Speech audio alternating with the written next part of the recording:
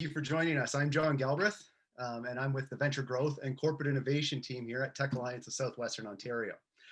As the Regional Innovation Centre for Southwestern Ontario, Tech Alliance is committed to people who have big hopes, big dreams, and of course, see big opportunities. We are the place for dreamers, innovators, and world-changing ideas. At Tech Alliance, we're focused on building globally competitive innovation economy that enables entrepreneurship, spurs accelerated growth, and attracts ambitious talent, and of course, attracts ambitious companies. So before we get started, just a couple key points. First of all, everyone's muted today. Today's Fireside chat is going to be recorded so that we can share and view this afterwards. Feel free to add any questions. Just drop them in the Q&A chat function at the bottom of the screen, and we'll do our best to make time for them. After all, this is a chat, and we'd love to have the participation from the crowd. We appreciate that. And if you'd like to keep up with everything there is to know about Southwestern Ontario's innovation economy, we're going to drop the link to sign up for our newsletter in the chat as well. So please welcome me today. Please join me today in welcoming three outstanding individuals who are experts in the innovation space. And I'm really happy because I get to call these folks my friends. We have Anna Fote, Ashraf Gadban, and David Simmons. In addition to their impressive resumes in entrepreneurship and investment, these three are also top-notch advisors and mentors in the tech world. Today, we'll chat with them about the do's and don'ts when it comes to accessing advisors and ultimately surrounding yourself with the right people to help your venture thrive no matter what stage you're at. So there are certainly strategies when it comes to attracting, engaging, and leveraging the perfect advisors for your venture. And today we'll delve deep into what that looks like and just understand if we can help make things fall into place for us as entrepreneurs. Again, I'm especially excited to chat as I have established advisor relationships with the three of you. I've been fortunate to work with each David and Ashraf over the span of many years and many ventures, and I'm presently working closely with Anna as an advisor and member of our board of directors at Tech Alliance. So some quick intros.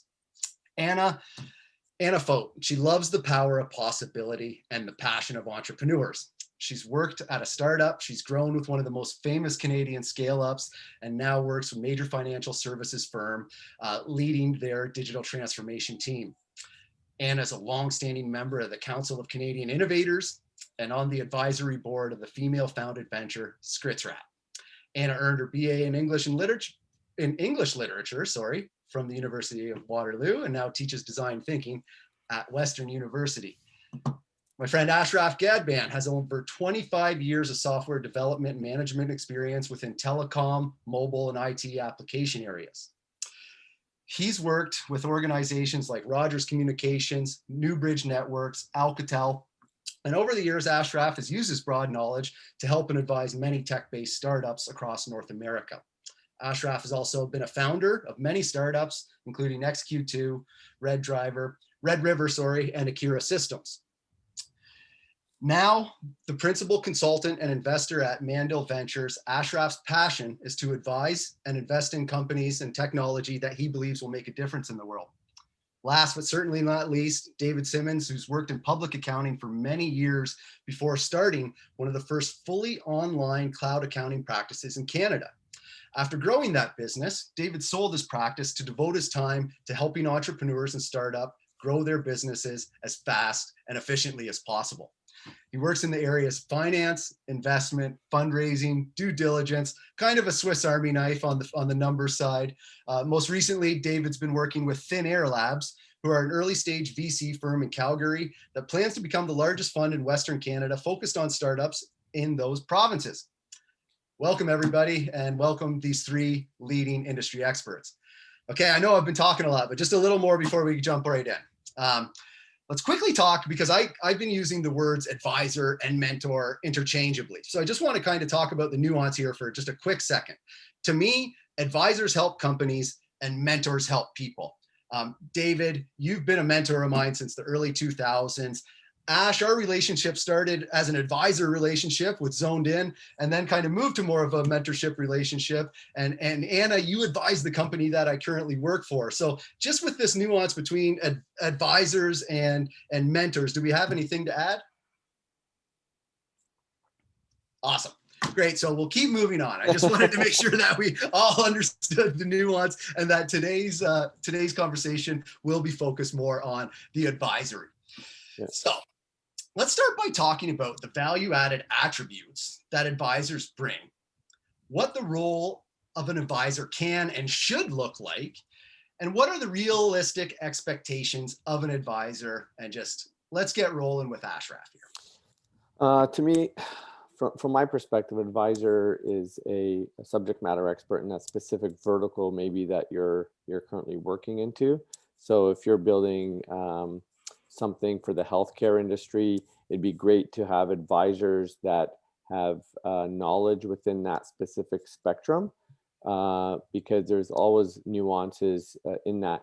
Now, an advisor doesn't have to be, if you're building a technology product in healthcare, they don't have to know about the technology, but know about the industry in itself would help, because now it provides you a different spectrum of where you're building your technology towards, maybe to fill a gap within that specific vertical industry. So, having advisors who have industry knowledge within your specific vertical helps a lot from my perspective.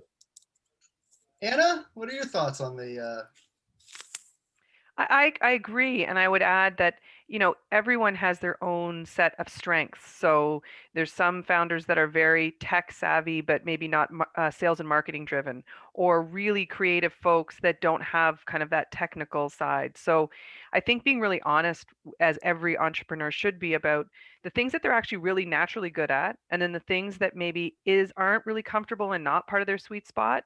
Really useful to start having advisors to push you in areas that perhaps don't come as naturally to you. And everyone can't be good at everything all the time, so recognizing where those blind spots are and kind of backfilling them with people that it is their sweet spot.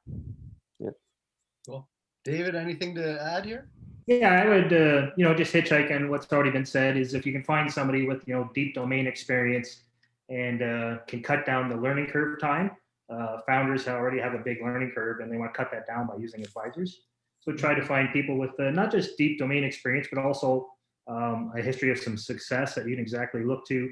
And another nice value add is if they have connections. So maybe they can't solve all your problems, but they have a network of other like-minded professionals they can point you to that can really increase the advisor's ability to help you exponentially. Yeah, and another thing I'd add on top of that, dude, is most people learn on their failures and successes. So, it's okay, if there's an advisor for you, you can understand where his and they can teach you on things that they encountered that maybe didn't work for them, but might work for you, or you can learn from those mistakes also, right? That to me, that's a big thing, right? Well, I've got a PhD in things that didn't work, Ash, so I can certainly appreciate that comment. But really, to kind of summarize, we look at this. It almost seems like the subject matter expertise is I believe and I agree that it's paramount for an advisor when you're targeting people. But this idea of doing a self-inventory first and really trying to identify your gaps before maybe identifying those people, that's pretty profound takeaway from that initial. But John, it's not just gaps that you have, but gaps that your company has. Because remember, you're advising to the company. Mm-hmm. So if you have gaps within a sales and marketing thing, so you want to go try to find a advisor that can do that can help you on that side, or if it's on the strategy side or investment side. So there's multiple factors that come into play, but as a founder, you look for it for yourself, but also at a broader level for your company. Right. And again, that goes back to this nuance, the difference between, my personal gaps and mentorship between the company and what our goal is in seeking out advisors. Yeah. So and a lot of times advisors, just like between you and I too, advisors turn into mentors too, just naturally, because they get to working with the individual founders and understand them a bit more and become, an advisor, a mentor and an advisor at the same time. Right. So in kind of this idea of strategizing about, things to do before we start looking out advisors. So we've done the self-inventory, so subject matter expertise. Now, how do we actually identify kind of what's good and bad for our company? Because a lot of folks may have subject matter expertise. And Anna, I'm going to come to you last because in today's day and age, we all know that it's different for women, and especially women founders in the innovation economy. So I'm going to ask you to take a little bit of a woman approach to this strategy, and maybe after the guys have gone, if you don't mind. So there is a strategy to identify an advisor. So can each of you talk to that? We'll start with David. For me, it's always about referrals and references. People want to work with people they know, or somebody they know knows them and has had some firsthand experience and some firsthand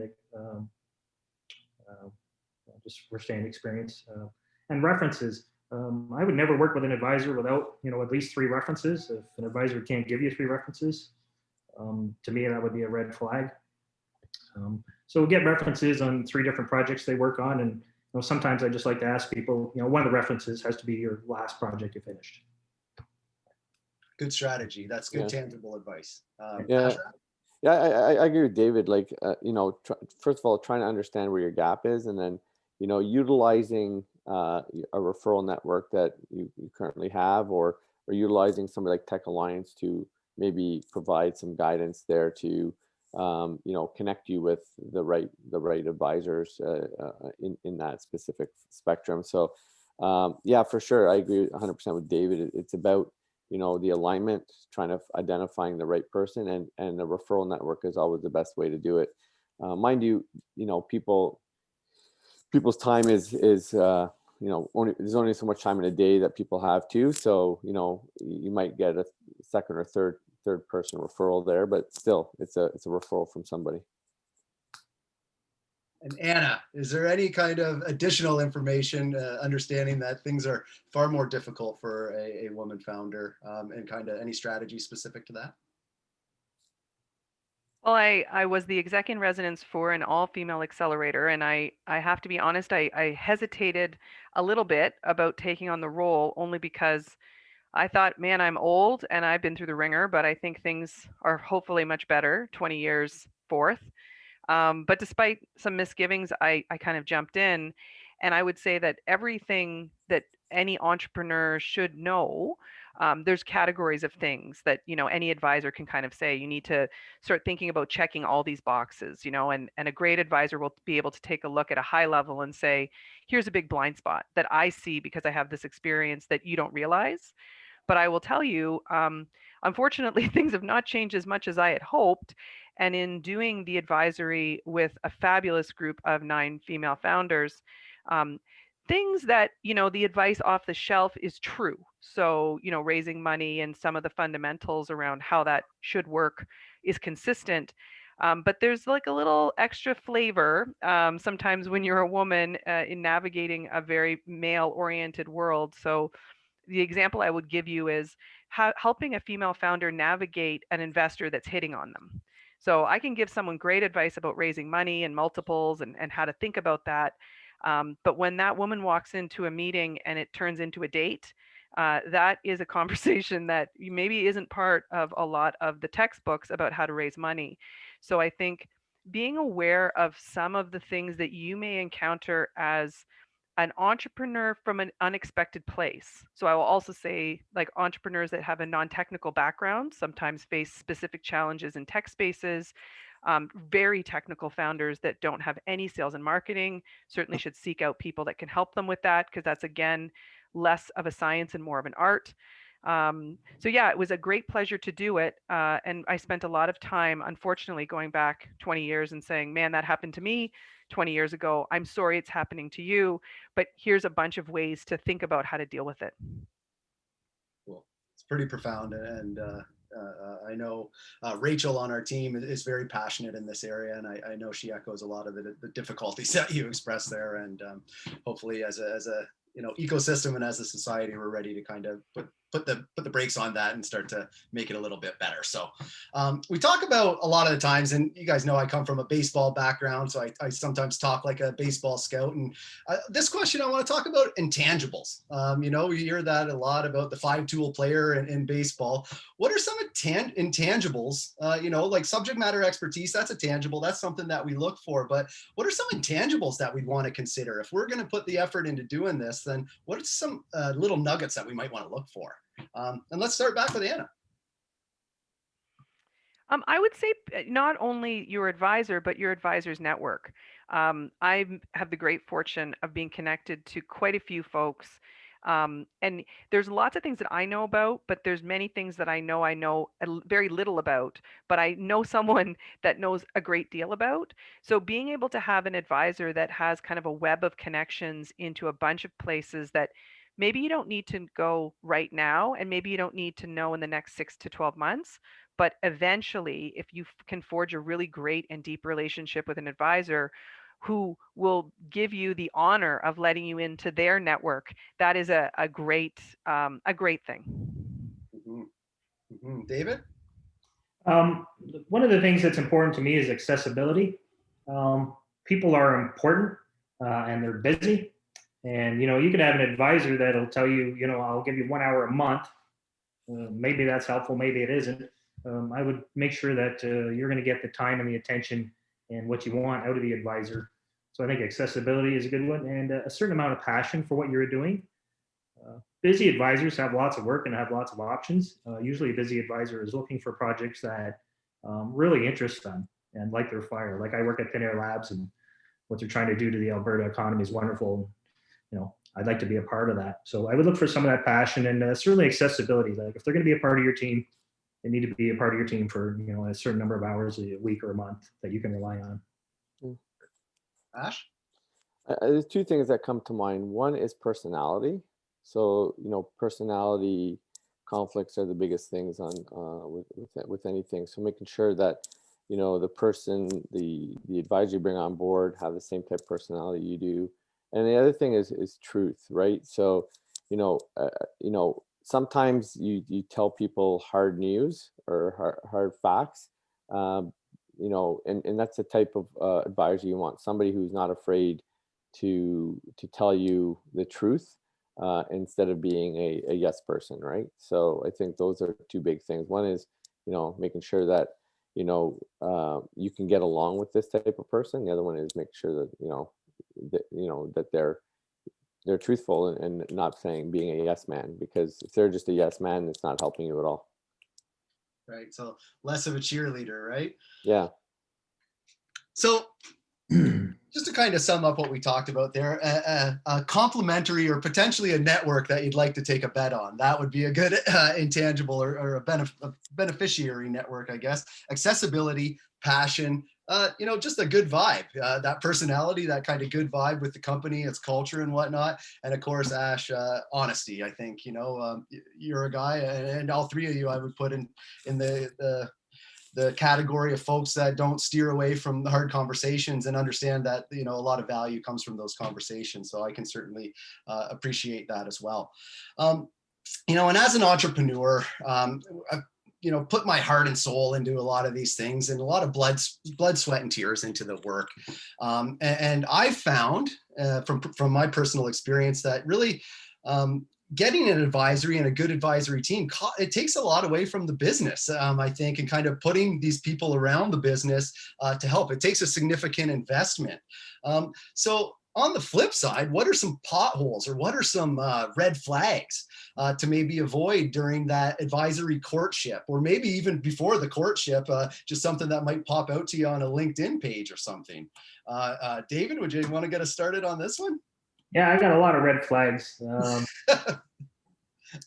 Advisors that talk about themselves a lot, and talk about what they do and what they cost and how you pay them. They're talking about themselves. I want an advisor who's interested in the business and talking about the business.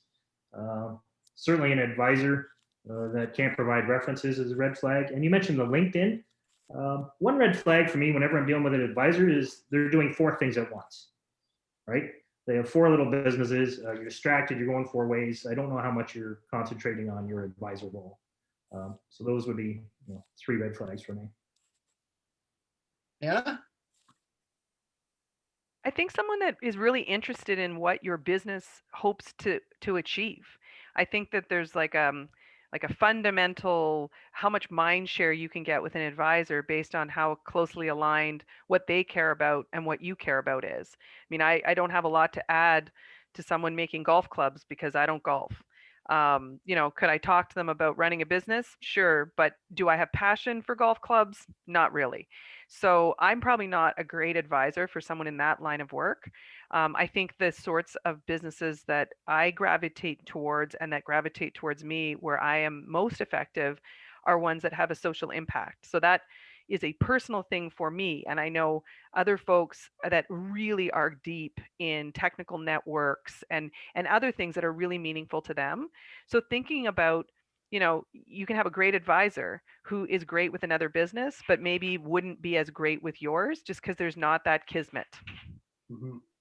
Interesting. Ash, anything? Yeah, I agree with both Anna and David here. There's certain things that you look for an advisor, and one of the things that always comes up is how do you compensate the advisor, right? And if somebody comes in right away and says, oh, here's what I've done and I want this, to me that's not a good way to start a relationship, right? It's more about from an advisory perspective, them understanding your business, yourself, where you want to go to. One of the first questions I ask any company or founder I work with is, what's your end goal here? What are you striving to do? Is it to, your basically your exit strategy, right?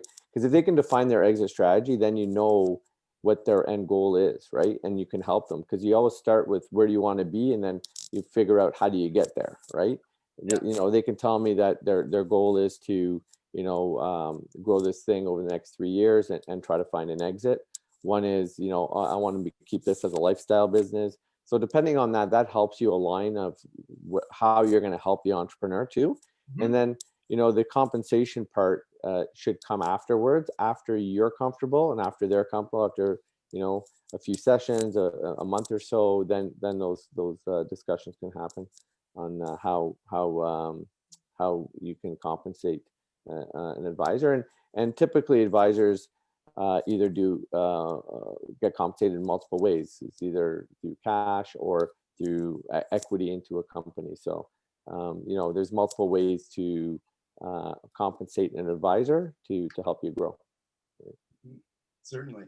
Yeah, that's an interesting thought, because I think, a lot of the times a company would want to understand, what's it going to cost them, and maybe an advisor might be understand what's in it for me, but we haven't established any value. We haven't really exchanged anything at that point. So those conversations can certainly, be kind of maybe waste of time, I think, at that early stage. So that's a good one, Ash. So yeah.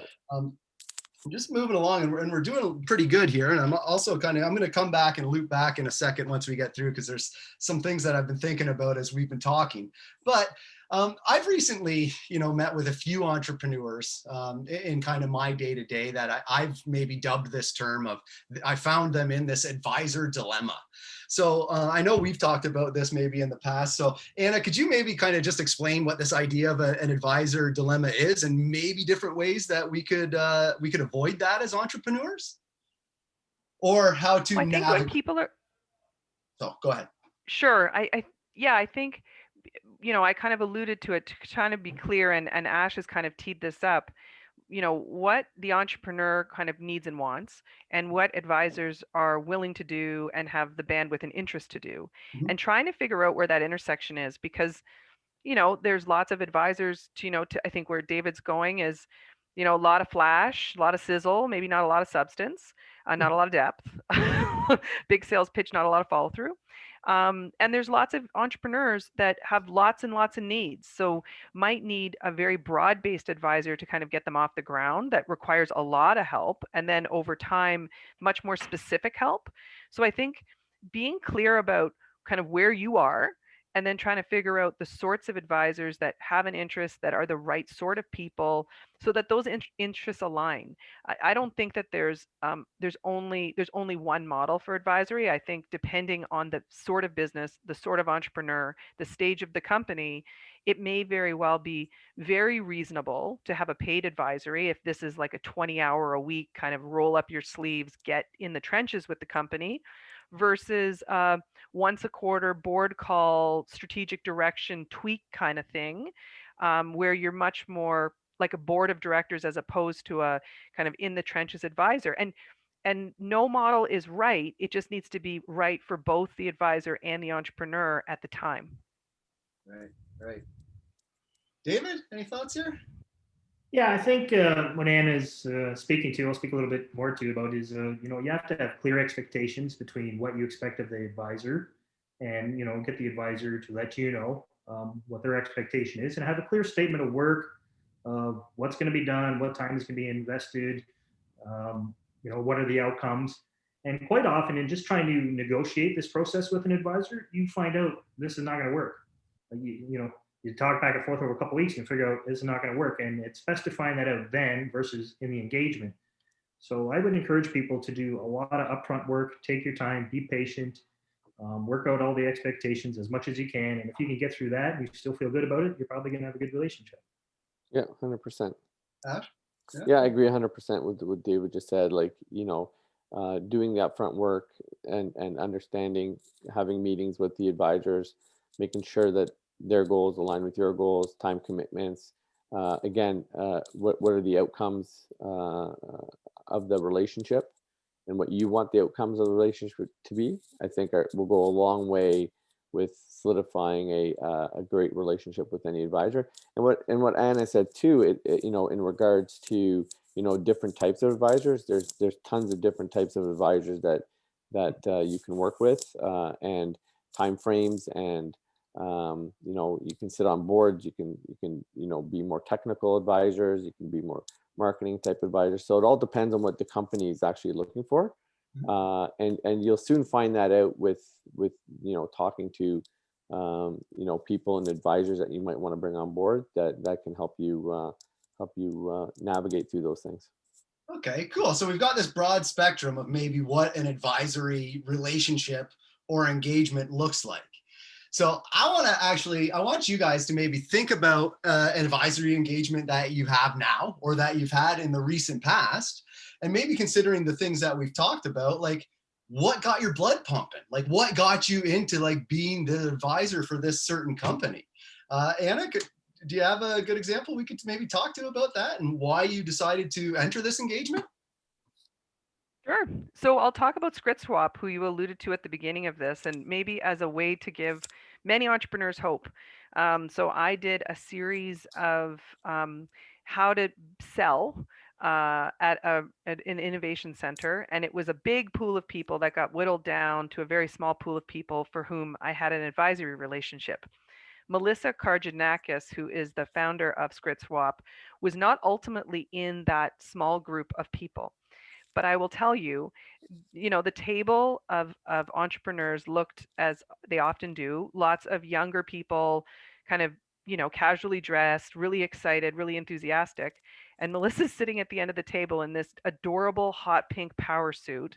She was very different from everyone at the table, and then came up to me at the break and said, like, I want to talk to you. I know you don't have any time right now, but I want to talk to you. And I kind of liked her chutzpah.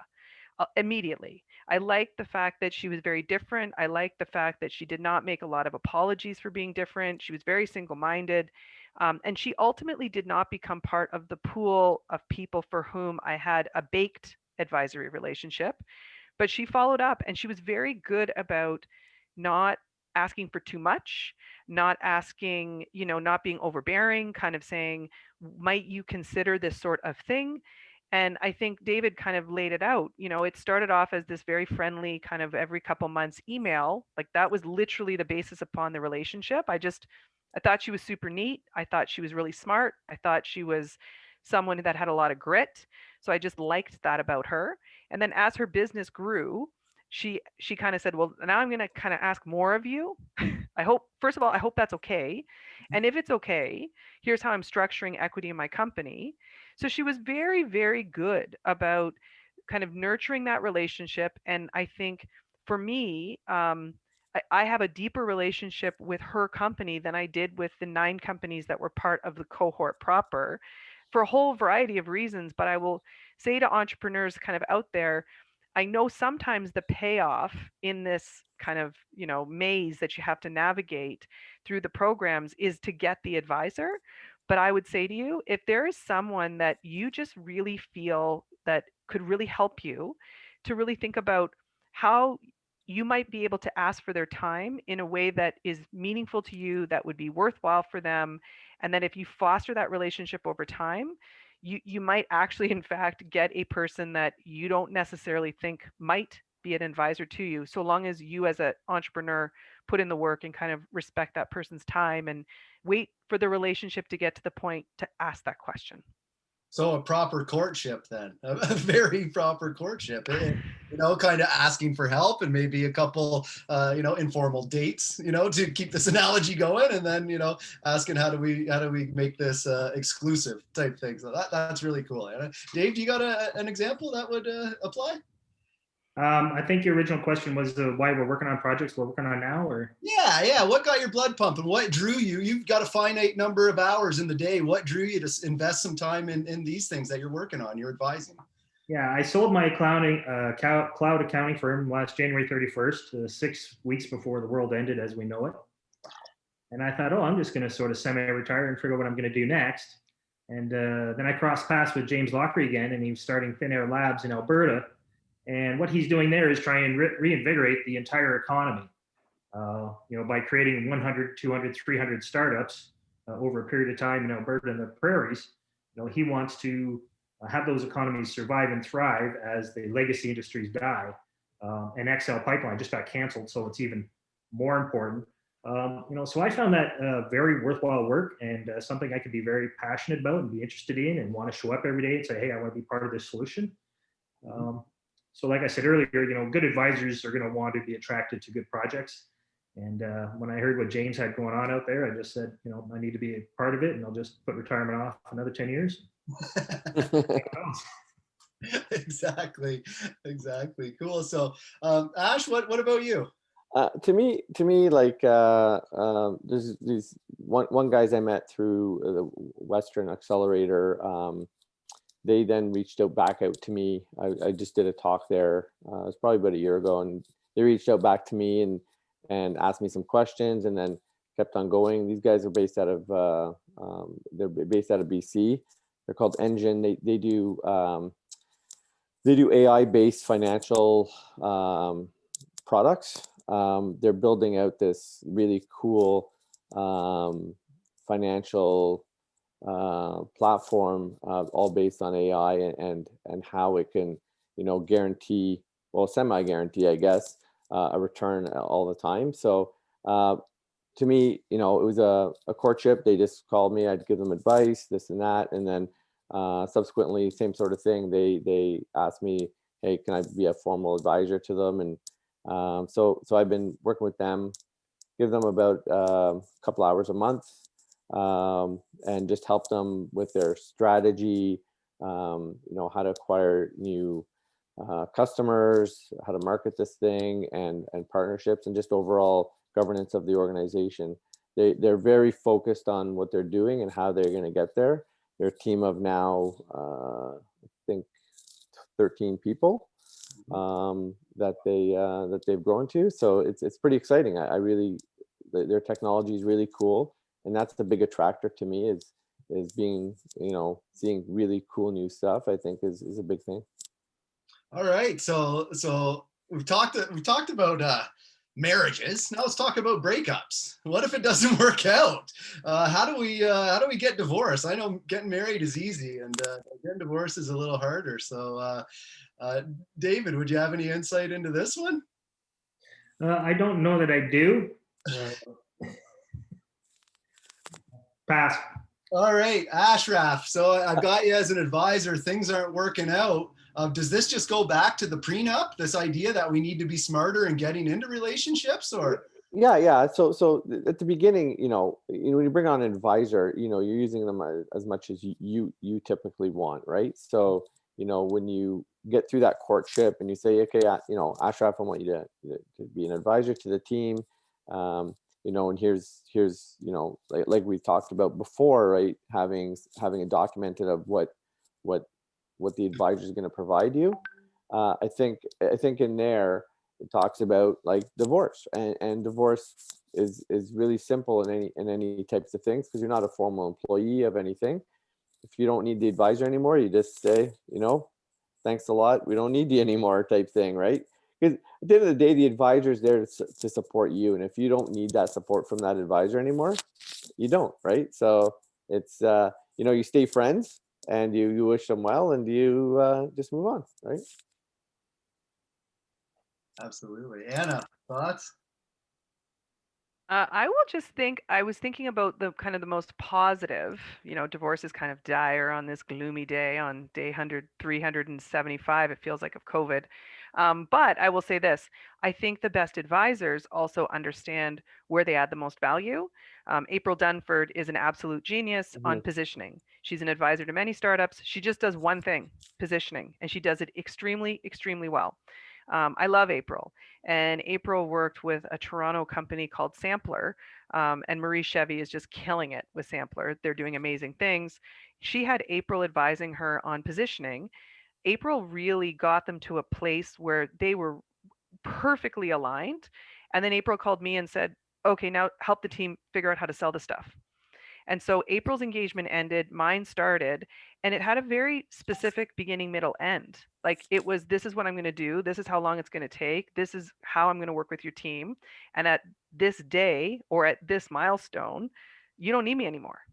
So I think great advisors understand the value they bring, and I think entrepreneurs should be clear about the fact that kind of who got you from a full stop to like a good run maybe is not the same advisor that's going to take you from a run to a sprint and a sprint to the finish line, and that's okay.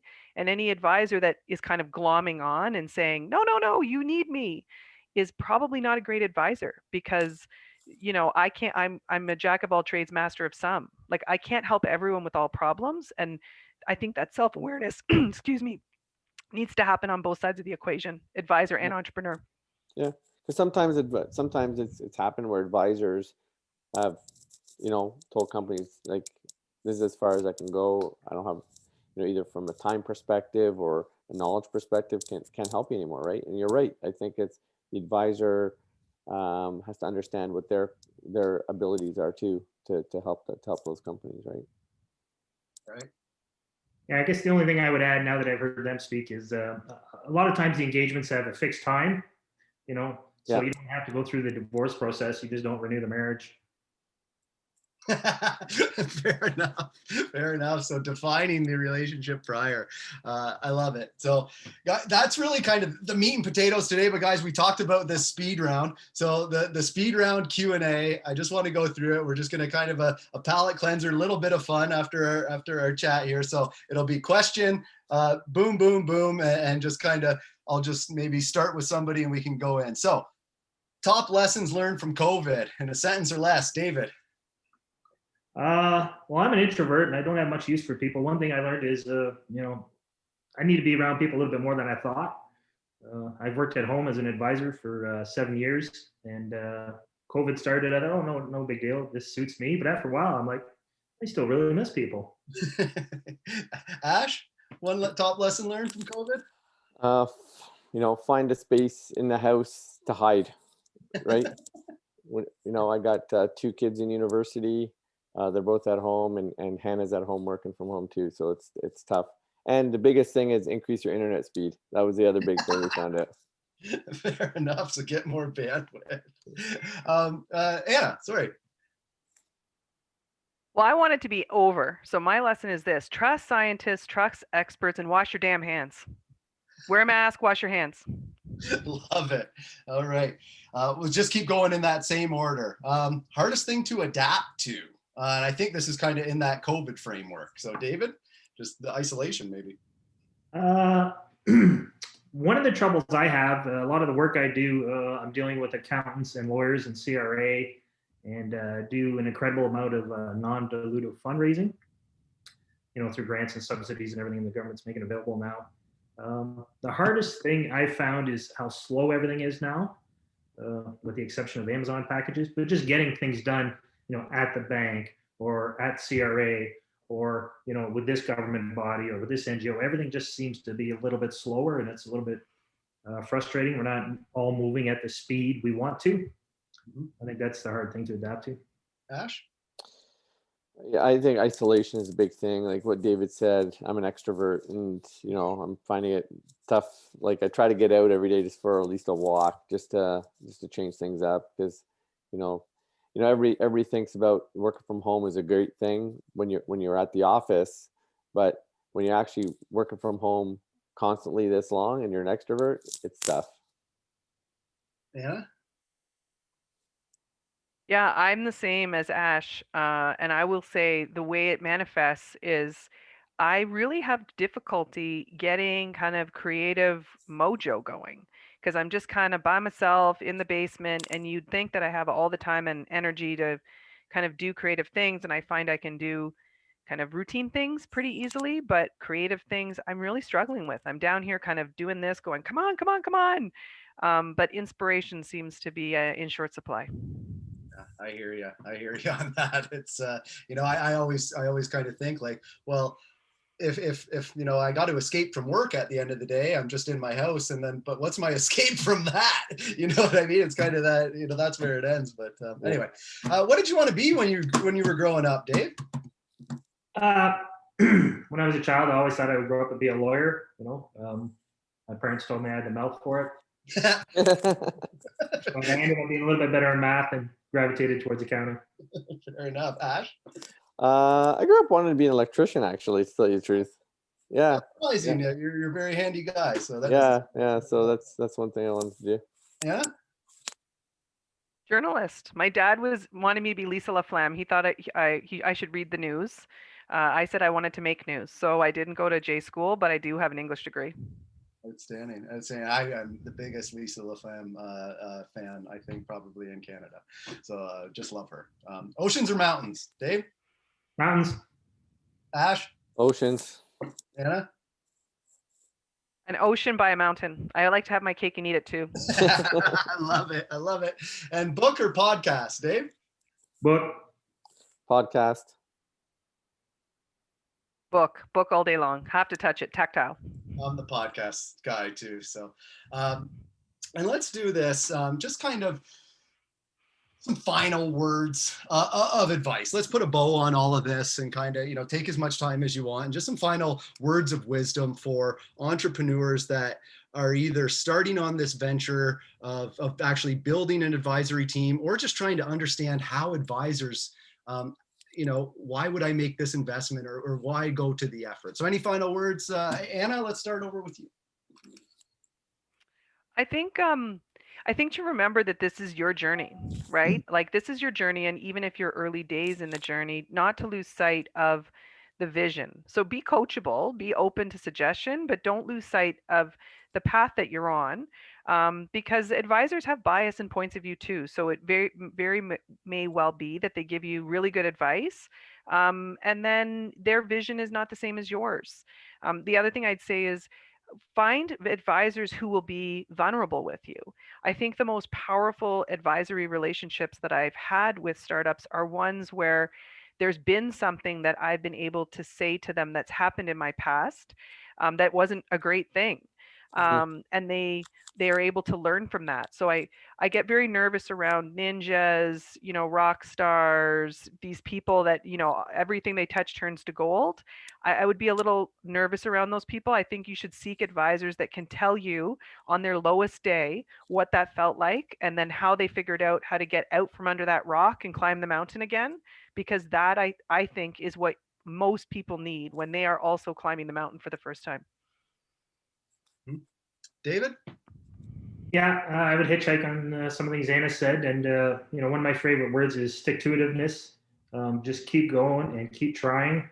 I can think through my career how many times where I thought I was at the end of my rope and just kept trying because I'm that stubborn, and things got better 30, 60 days later. So I would tell, especially people in the startup scene, it's a hard grind, all the things you need to accomplish, and you don't have enough people and you don't have enough money. Just keep trying and talk to advisors and talk to mentors. Reach out and make those phone calls and ask for that help. People want to help. If they don't want to help, they'll hang up and just make another phone call. I would. My advice is just stick to it and just keep trying, keep talking to people. Ashraf? Yeah, advisors are there to provide advice, right? So, you can either take the advice or not take the advice. They're just there to provide you advice. And if you see an advisor get upset that you didn't take their advice, that's not the advisor for you, right? So, understand who your advisors are. And I agree 100% with Anna. I don't believe there's anybody out there who's a rock star that touched everything they touch turns into gold. It's just not doesn't happen. So, make sure you find those people who, have that, but also have the other side where, I tried this, it didn't work. And, I lost my shirt on it type thing. Right. So, you can take what, what they say with what you're trying to build and do. I think will go a long way. Awesome.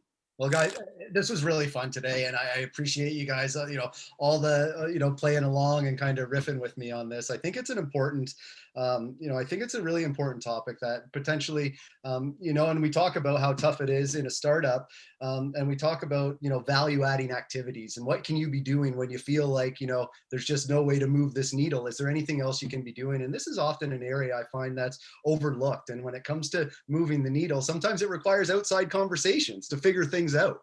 So that's what I really love about this idea of advisory, is that could be what helps move the needle, this aha moment, or these lifelong friendships and connections that come out of this. So I'll just take a minute to take the time to thank the three of you for spending the hour with us. I know your time is very valuable. We so appreciate it. As seasoned entrepreneurs like yourselves, you bring a perspective that, I can't provide, and that folks here we can't provide, but we know our clients really need. So this is meaningful, this is important, and I really thank you for your time. The frank and forthright conversations like these, like I said, are really valuable to entrepreneurs at any stage.